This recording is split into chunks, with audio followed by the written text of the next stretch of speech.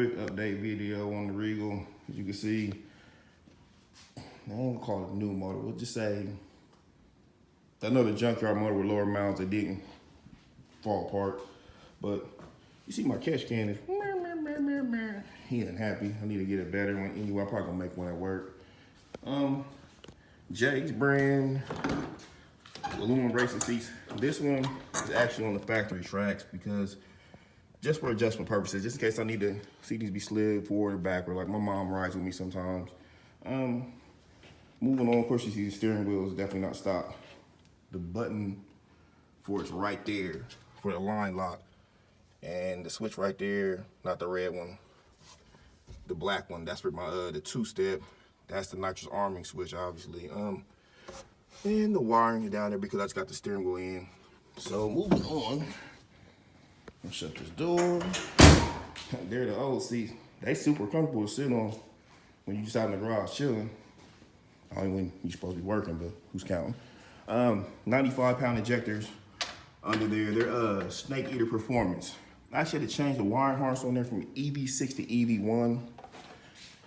And under here, you can see there's no more power steering, manual gearbox, the old accessories set up for the power steering, the old power steering gearbox. Those are competition engineering adjustable shocks.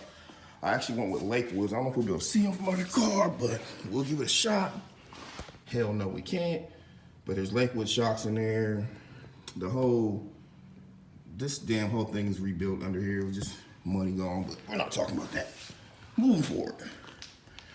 If you look in here, the seat, not the seat, the damn steering wheel.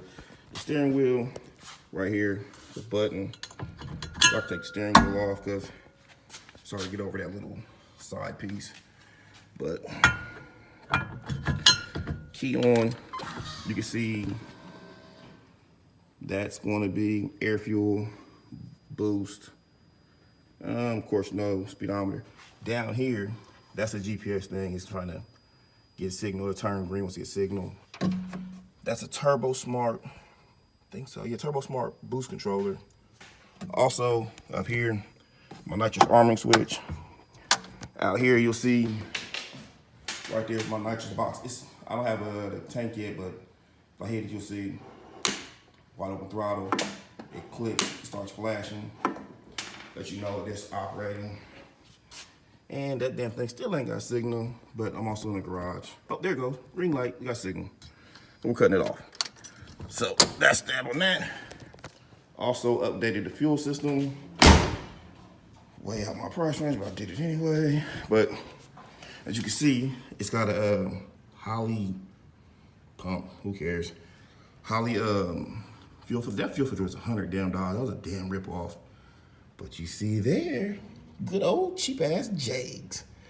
But other than that, I think that covers everything with the car. I mean, just minor shit. Like the only thing I gotta figure out though is over here, if you open the door, the springs are so damn weak. Like look, like you can't see while I'm doing it, but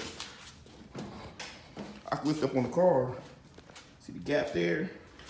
Now watch. Open the door. Here's the suspension start creaking. But if I push down the door, see how it just drops. I figure out what to do about springs in the front, and I definitely need to lower the rear. I have an anti-roll bar on its way. Yada, yada, yada, man. Like I said, GPS speedometer sensor, it's Intellitronics, AKA Jake's brand, even though the instructions say Intellitronics. Nitrous line lock, catch can, well not catch can, sorry, radio overflow. Just little stuff I've done to update the car since my last recording. I'll try to get the dyno video on here too. But if you look right there, that white wire, that's the throttle position sensor wire for the micro squirt. And that goes to the nitrous. That's how it reads it, off the voltage. But all in all, that shit, nice wet day in Ohio. I guess that is, I'm out.